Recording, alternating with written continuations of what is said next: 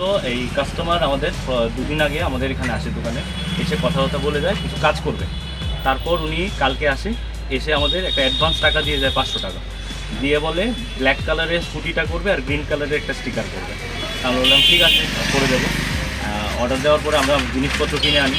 জিনিসপত্র কিনে আনার পর ও আজকে সকাল থেকে ফোন করে বলছে যে ওই জিনিসগুলো লাগাবে না, ওর কালারটাকে নিয়ে এখন মুড চেঞ্জ হয়েছে, মুডের সঙ্গে কালার নাকি চেঞ্জ করবে।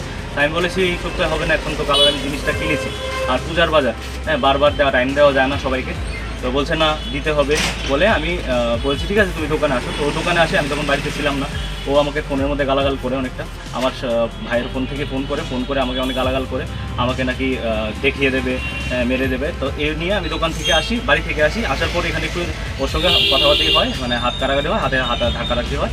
ওর পরে ও চলে যায়, বলছে আমাকে দেখাবে বলে চলে যায়। গিয়ে 15 মিনিট 20 মিনিট পরে ও 10-12 জনকে নিয়ে দোকানে আবার আসে। তখন আমি একটা বাড়িতে নিমন্ত্রণ খেতে যাই, ও আমাকে বলছে তাড়াতাড়ি আসার জন্য। তো ওদের মধ্যে একজন আমার চেনা ছিল, তো উনি বলেছে যে মিউচুয়াল করে নাও, শেষ জিনিসটা এরকম। আমি যে ঠিক আছে তাহলে আমি এসে তোমাদের ফোন করছি। তো আমি এসে সঙ্গে সঙ্গে ওনাকে ফোন করি। ফোন করার পর ওরা বলছে আমরা আসছি।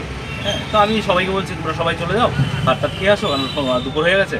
তখন ওরা 4:30 10-12 জন নিয়ে আমার দোকানে আসে। তা আমি ওনাকে বলেছি যে দোকানের ভিতরে ঢোকার জন্য, ওরা ভিতরে ঢুকবে না, কারণ ওদের হাতে আগে থেকেই কিছু জিনিস নিয়েছিল। হ্যাঁ, জিনিস নিয়ে এসেছিলো, কিছু বাঁশ, কিছু কাঠের জিনিস নিয়ে এসছে। এসে আমাকে দোকানের সামনে দাঁড়িয়ে কথা বলছে। হঠাৎ করে ওর মধ্যে একটা ছেলে বলছে ওকে মার বলায় যেই ছেলেটার সঙ্গে আমার কথা কাটাকাটি হয়েছিল, ওই ছেলেটা আমাকে মারধর করা শুরু করে দিল। হ্যাঁ, আমি একটা ভিডিও ফুটেজ দিয়েছি। ও মারধর করা স্টার্ট করলো, সবাই দাঁড়িয়ে দেখছিল। তারপর হঠাৎ করে আমার শালা আর আমার একটা ছোটো ভাই পিছন থেকে আসার সঙ্গে সঙ্গে ওদেরকে দেখে ওরা আবার সেই আক্রমণ শুরু করে দেয়। তো আমি ওদেরকে আক্রমণ বাঁচাতে যাই, কিন্তু ওরা ছিল 15-20 জন, আমরা 3 জন ছিলাম। আমার দোকানের সামনে আমাকে আবার মারে, প্লাস আমার ভাই শালাকে সাইডে নিয়ে বেধড়ক মারধর করেছে। হ্যাঁ, ওর হাতে ব্যথা পায়, আমি মাথাতে ব্যথা পাই। হ্যাঁ, ওর ছোটো ভাই ছিল, ওর বুকে ব্যথা মানে, আমাদের চেয়ার টেবিল কিছু ভেঙে দেয়। হ্যাঁ, কিছু ইট পাথর এসব নিয়ে এসে ওরা ঢিলাঢিলি করে। 2-3 জন লোক দোকান ভাঙতে দেয়নি। হ্যাঁ, আমাদের পাড়ার কিছু লোক, মানে পাড়ার লোক না ওদের লোক ছিল, আমি দেখতে পাইনি ঠিক করে।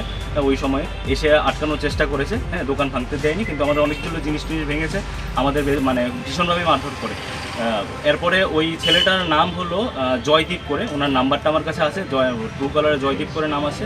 ওদের বাড়ি দশমীঘাট বলে, আমি অনেকজন থেকে জিজ্ঞেস পাই, দশমীঘাট এরিয়া না জয়নগর এরিয়া ওদের বাড়ি। হ্যাঁ, সম্ভবত। আর আমি বর্দোয়ালির বাসিন্দা। হ্যাঁ, মুখ্যমন্ত্রী এলাকারই। এরকমভাবে একদিন দুপুরবেলায় একজন দোকানে এসে এরকমভাবে 10-15 জন লোক ভাঙচুর করে মারধর করে। আমি পুলিশের কাছেও দ্বারস্থ হচ্ছি এবং সিএমের কাছে বলছি যে সিএম স্যার আপনি একটু জিনিসটা নজর নেবেন, যে এরকম করে মানে বর্দোয়ালির মধ্যে এরকম গুন্ডা বাহিনীর দ্বারা আক্রান্ত মানুষ, হ্যাঁ একটু দেখবেন।